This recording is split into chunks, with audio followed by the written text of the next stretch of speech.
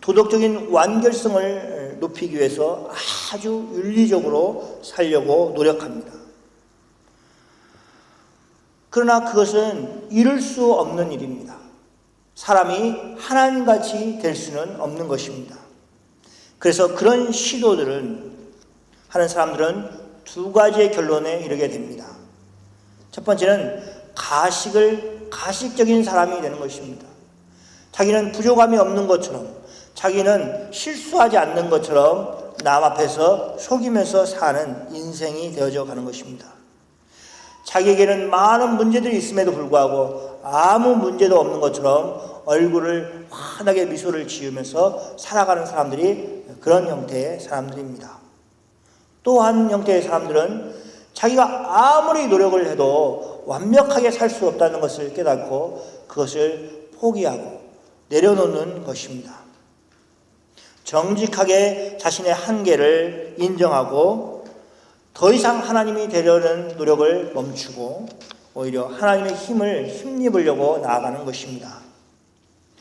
우리가 부족함을 가지면서 살 수밖에 없는 두 번째 이유는 우리가 죄인이기 때문에 그렇습니다.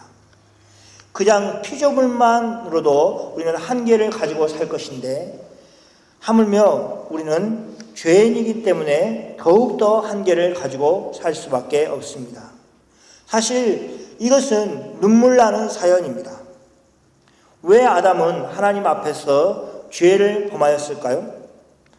하나님이 먹지 말라고 금하신 선악을 알게 하는 나무의 과실을 그가 따먹은 이유는 한 가지입니다. 하나님의 금하신 일을 하고 싶어하는 그런 욕망이 그에게 있었다는 것입니다. 더 큰 자유를 누리고 싶은 마음이 있었습니다. 자신의 한계를 부인하고 그 한계를 뛰어넘고 싶었던 것입니다. 마치 물고기가 물 밖의 생활에 대해서 동경을 하고 그래서 물 밖으로 뛰쳐나오듯이 아담은 하나님께서 정해놓으신 그 틀 안에서 살지 않고 그렇게 뛰쳐나온 것입니다. 더 큰 자유를 누리고 싶어하는 그 마음, 그것은 아담 이후로 벌어지는 모든 범죄의 뒤에 작용하는 것입니다. 자신의 한계에서 벗어나고 싶어하는 욕망이 그렇게 분출되는 것입니다. 자신에게 주어진 한계를 뛰어넘기 위해서 사람들은 거침없이 범죄를 저지르는 것입니다. 죄가 왜 나쁜 것인가 하는 것도 마찬가지입니다. 무한하신 하나님의 능력을 힘입지 않고는 우리의 문제를 해결할 수 있는 방법이 없는데도 그들은 하나님 앞에서 자신들의 처지를 내려놓고 진지하게 하나님께 구하는 것이 아니라 자신의 방식과 방법으로 문제를 해결하려고 합니다. 하나님이 이미 세상에 주신 원리를 따라서 살지 않습니다. 하나님이 주신 그 규칙들을 어기면서 살려고 합니다. 하나님이 자연 만물에 심어놓으신 원리와 다르게 행동함으로 그들은 더 큰 이익을 얻으려고 합니다.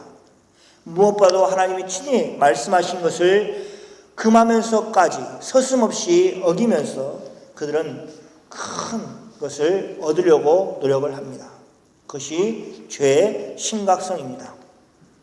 사랑하는 성도 여러분, 우리는 죄의 심각성을 알아야 합니다. 그리고 그 죄가 우리를 파멸의 길로 인도한다는 것을 깨달아야 합니다. 죄는 하나님과 우리 사이를 멀게 하는 역할을 합니다. 죄가 있는 가운데 우리는 하나님과 함께 할 수 없는 것입니다. 성경은 이 점에 대해서 아주 명확하게 말하고 있습니다. 베드로전서는 핍박을 받고 있는 성도들에게 베드로가 편지를 보낸 것입니다. 베드로 사도는 편지의 서두에 이렇게 말하고 있습니다. 베드로전서 1장 1절에 보면 예수 그리스도의 사도 베드로는 본도, 갈라디아, 갑베도기아, 또 아시아와 비두니아에 흩어진 나그네 이렇게 이야기합니다. 지역을 보면 여러 지역들이 나오죠. 본도라는 지역이 나오고 갈라디아가 나오고 또 갑바도기아가 나오고 아시아가 나옵니다. 그러니까 넓은 지역을 다 얘기를 하고 있습니다. 그런데 그 지역에 흩어진 나그네라고 이야기를 하고 있습니다. 누구를 가리킵니까? 이 베드로 사도가 편지를 해서 편지를 받을 사람들을 흩어진 나그네라고 표현을 하고 있습니다. 그래서 성도들을 베드로는 어떻게 이해했느냐? 그들은 나그네다라고 이해를 하였다는 것입니다. 나그네는 여행을 하는 사람입니다. 분명 여행은 많은 새로운 것을 경험하게 만듭니다. 그리고 즐기시는 분들도 있습니다. 그러나 나그네의 삶은 그렇게 낭만적인 것이 아닙니다. 지금은 여행을 하면 좋은 호텔도 있고 길도 잘 닦여져 있고 또 이 여행하는 데 사용되는 기차나 버스나 이런 것들이 참 잘 되어 있습니다. 그러나 베드로 당시만 생각해도 그런 것이 없었습니다. 2000년 전에는 좋은 여관도 없었고 좋은 운송수단도 없었고 거의 모든 사람들이 걸어 다녀야 했습니다. 그렇다면 그것은 결코 편한 여행이라고 할 수가 없을 것입니다.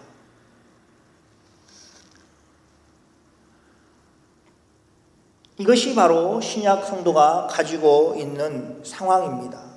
우리는 다 나그네입니다. 우리의 본향은 천국입니다. 그래서 천국을 향해서 우리는 나그네 인생으로 이 땅 가운데 살고 있는 것입니다. 자신이 나그네이면서 마치 이 세상이 자신의 집인 양 살아가는 사람은 잘못된 생각을 가지고 잘못된 행동을 하면서 살아가는 것입니다. 우리가 여행을 합니다.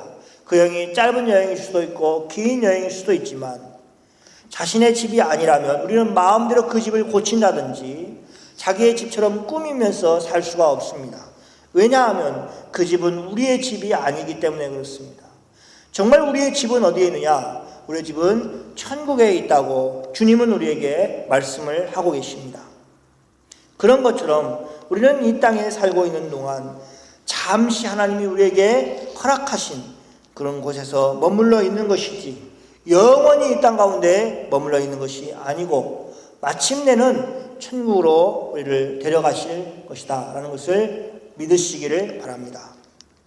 베드로는 이 사실을 성도들에게 이야기하고 싶었습니다.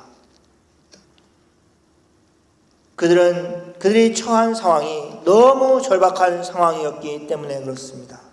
이 편지는 기독교 박해가 아주 극심하였던 네로의 그런 박해 직전 혹은 직후에 쓰여진 걸로 추정되고 있습니다. 베드로가 지금 편지를 쓰고 있는 때에는 어떤 거냐면 교회가 엄청난 핍박 가운데 흩어져 버렸습니다. 그리고 신앙을 가지고 있던 많은 사람들이 그것 때문에 고난을 겪고 있었습니다. 그런 외부적인 고난의 직면에서 위축되어 있는 성도들에게 다시 오실 예수님에 대한 소망을 품게 하고 그들에게 힘을 주기 위해서 이 편지를 쓰고 있는 것입니다. 여기 우리가 서 있는 곳은 천국에 이르는 길이지만 그 길은 절대 꽃길이 아니라는 것을 우리는 잘 알고 있습니다. 그것이 문제입니다. 베드로전서 6장 5절에 그러므로 하나님의 능하신 손 아래 겸손하라 때가 되면 너희를 높이시라 이렇게 말씀하고 있습니다. 여기서 겸손하라고 얘기했을 때 5절에서 다 서로 겸손으로 허리를 동이라 라는 말과 연관이 있습니다. 허리를 동인다는 것은 사람을 섬기기 위해서 앞치마를 입는 것을 이야기합니다. 아마 본래 옷이 더러워지지 않기 위해서 앞치마를 두르고 그리고 사람을 섬겼을 것입니다. 어느 날이었습니다. 예수님이 이제 6월절 만찬을 보내시기 위해서 지정된 장소를 구하게 하셨고 그리고 제자들은 다 한 장소에 모이게 되었습니다. 다 모여 있는데 음식을 먹을 준비가 되어 있지 않았습니다. 그들은 집 안에 들어오면 그 더운 열기를 식혀주는 그런 위해서 발을 씻어야 되는 그 일을 하지 못하고 있었습니다.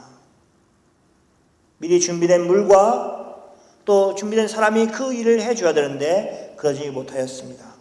그때였습니다. 예수님이 앞치마를 입으시고 허리에 수건을 두르시고 나타나셔서 또 대야에 물을 가지고 나타나셔서 제자들의 발을 씻어 주셨습니다. 그들은 깜짝 놀랐습니다.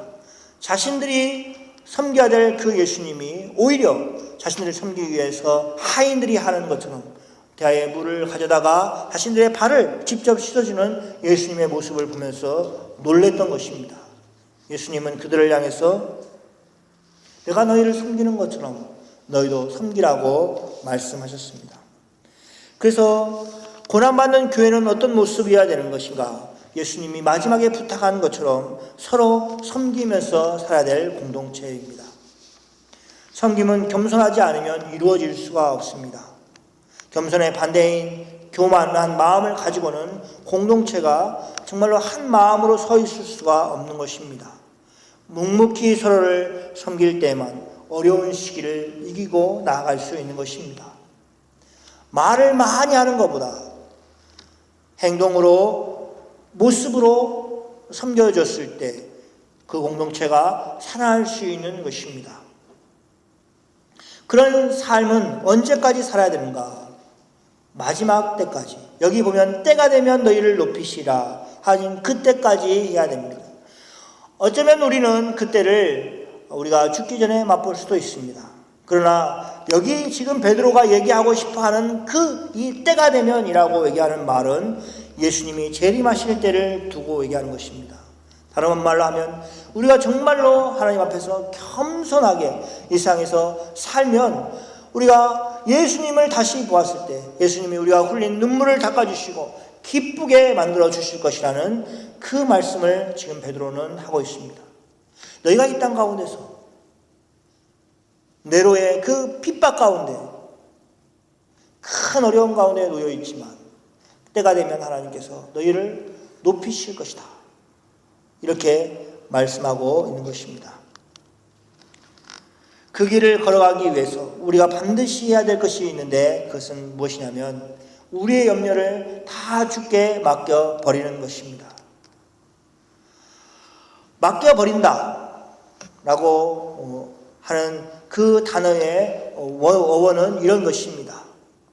어부가 배를 타고 나가서 우리가 투망이라고 하는 그런 그물을 배에서 바다로 던지는 것입니다.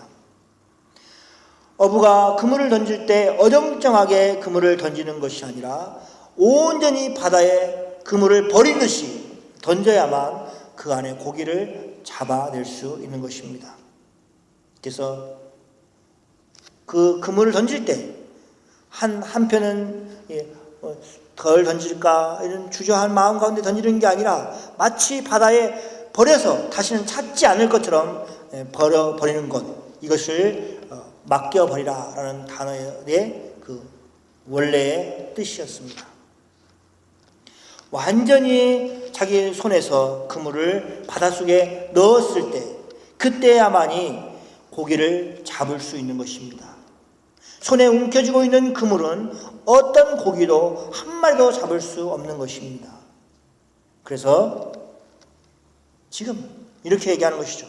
너희 염려를 다 주께 맡겨버리라 이렇게 얘기하시므로 마치 그물을 다 바다에 두는 것처럼 염려가 우리 손에 더 이상 없도록 또 우리의 마음에 염려가 없도록 그렇게 주님께 맡기라는 것입니다. 염려를 맡깁니다. 그런데 그 염려가 우리의 마음에나 우리의 손에 남아있다면 그것은 완전히 내어버리는 모습이 아닐 것입니다.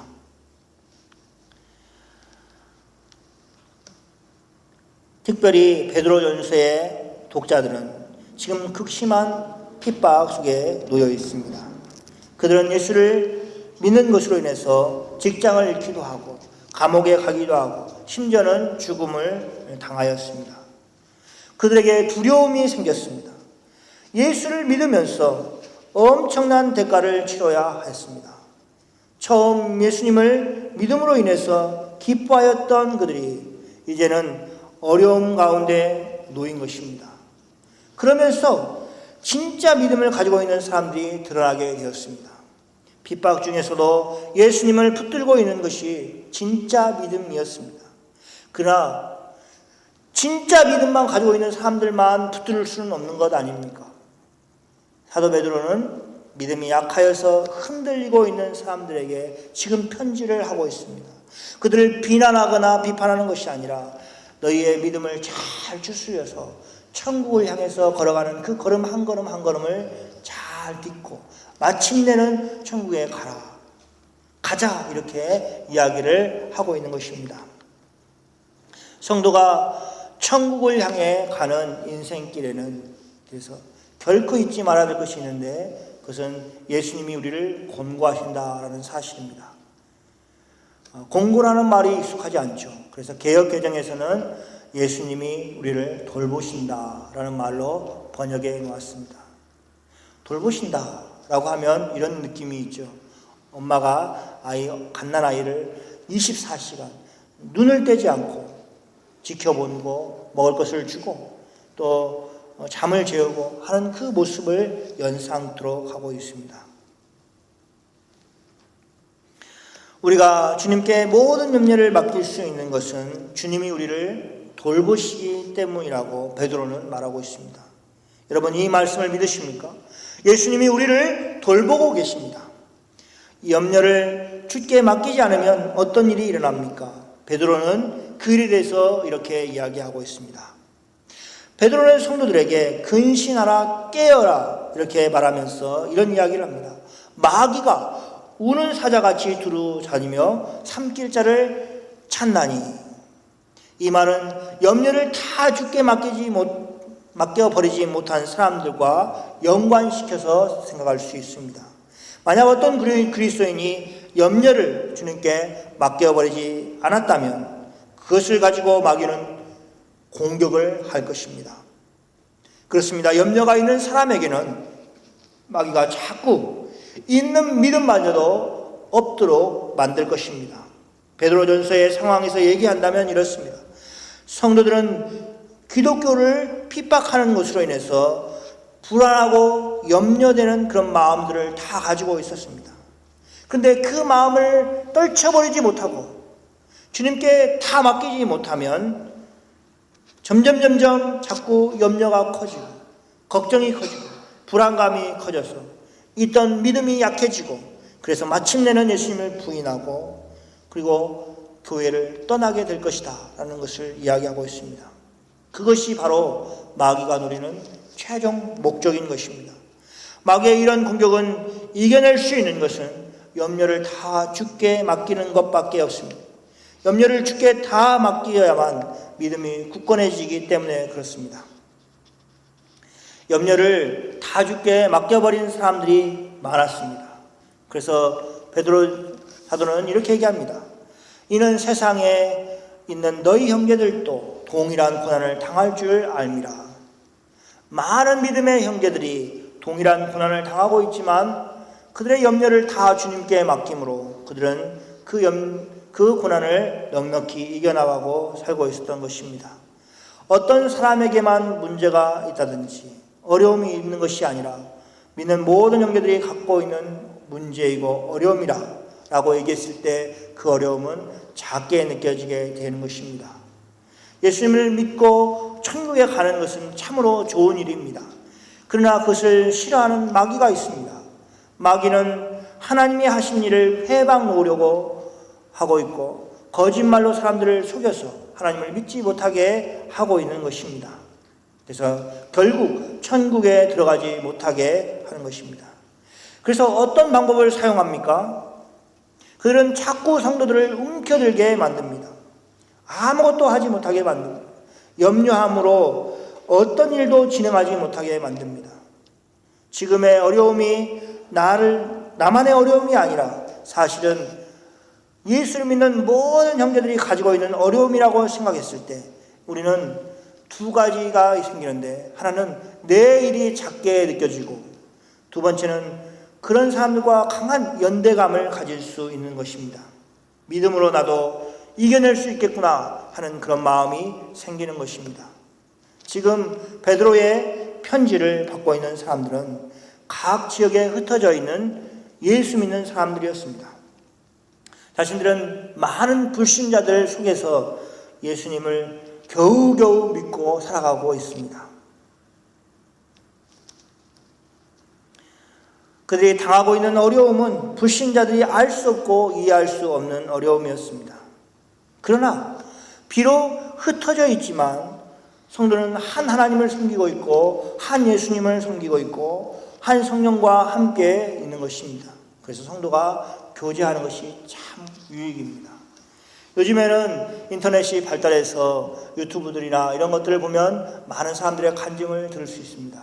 그러다 보면 어떤 생각이 듭니까? 야, 나만 어렵게 신앙생활이 하는 것이 아니구나. 저 사람은 저렇게 어렵게 신앙생활을 했는데 이제는 그것을 다 이기고 정말 좋은 믿음 가운데 하나님의 은혜 가운데 살고 있구나 하는 것을 느끼게 됩니다. 그러면서 우리는 도전을 받습니다. 야, 나도 저렇게 내가 가지고 있는 어려움을 이겨내야겠구나 하는 마음이 생기는 것입니다. 성도의 교제가 원래 목표하는 것은 이것이죠. 서로에게 위로하고 힘을 주는 것입니다. 그러나 우리는 그렇게 교제가 다 끝나는 것이 아니라는 것을 볼 때가 있습니다. 때로는 우리의 믿음 없음과 죄로 인해서 교제가 원래 목표하고 있는 그 목표를 이루지 못할 때가 있습니다.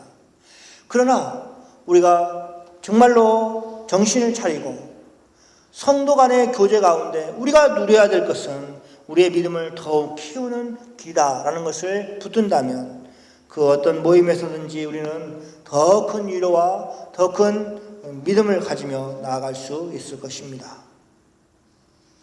베드로 사도는 성도들에게 하나의 그림을 보여주고 있습니다. 그 그림을 기억하시면 믿음에 큰 유익이 됩니다.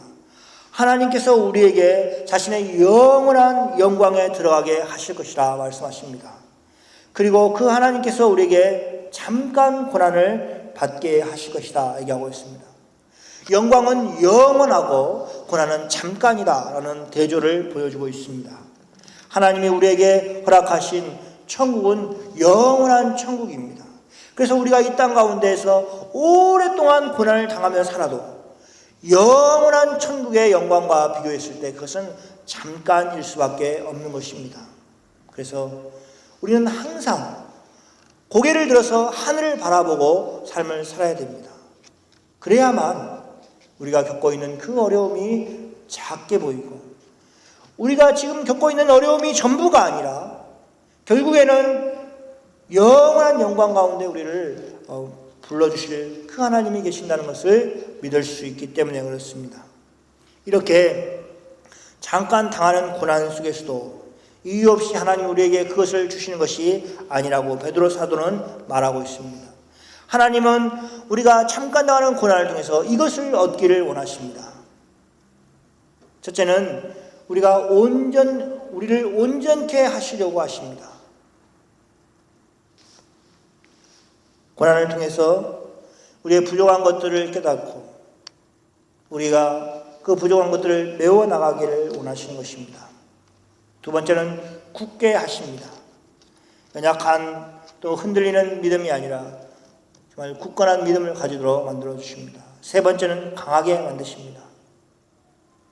약합 빠지는 것이 아니라 고난을 통해서 하나님은 우리를 강하게 하십니다. 네 번째는 털을 경고케 하십니다. 중요한 것은 이것입니다. 잠깐 고난을 당하게 하시는 분도 하나님이시고 그것을 통해서 이 네 가지를 이루신 분도 하나님이십니다. 하나님은 우리에게 이렇게 말씀하지 않으십니다. 온전해져라, 굳게 되라, 강하게 되라, 털을 경고케 하라 이렇게 말씀하신 것이 아니라 하나님이 우리를 그렇게 해 주신다고 말씀하고 있습니다. 고난을 통해서 우리를 온전케 하여 주시고 굳게 하여 주시고 또 강하게 하여 주시고 털을 경고케 하여 주십니다. 그래서 우리는 고난이 있을 때, 어려움을 만났을 때 하나님은 어디 계신가 하고 생각하는 그 순간에 하나님은 지금 그 일을 하고 계신, 이 네 가지의 일을 하고 계신다고 지금 베드로는 말하고 있는 것입니다. 핍박이 있는 곳의 성도들은 잠깐 하나님이 나를 돌보지 않는구나 하는 생각을 하고 있는데, 사실 하나님은 이 고난을 통해서 이 네 가지를 이루고 계시는 것입니다. 그러므로 우리는 우리의 염려를 다 주께 맡겨야 합니다. 우리의 염려를 그대로 가지고 있으면 하나님이 역사하실 수 없습니다. 마치 그물을 손에 쥐고 있으면서 고기가 잡히기를 기다리는 사람과 마찬가지인 것입니다. 그물을 바다에 던지듯이 우리의 염려를 주께 다 맡겨버려야만 그 그물을 끌어올릴 때 물고기들이 올라오는 것처럼 우리의 염려를 다 맡겼을 때 주님께서 이렇게 온전케 하시고 굳게 하시고 강하게 하시고 털을 경고케 하시는 그 역사를 이루어 주실 것이라는 것입니다. 그것이 바로 주님의 돌보시는 손길입니다. 그 손길을 우리가 붙잡아야 할 것입니다. 사랑하는 성도 여러분, 우리 교회가 연약합니다. 그래서 저는 새로운 모습으로 시작할 결심을 하였습니다. 저는 그렇게 결정을 했습니다. 모든 염려를 주께 맡겨버리고 주님의 일을 더 가열차게 하겠다는 결심을 하였습니다. 우리가 함께 기도하면서 하나님께 맡기고 나아갑시다. 우리를 돌보시는 주님께서 우리에게 해답을 주실 것입니다. 우리를 천국으로 인도하시는 그 손길에 우리를 지키시고 보호하여 주실 것입니다. 기도하겠습니다.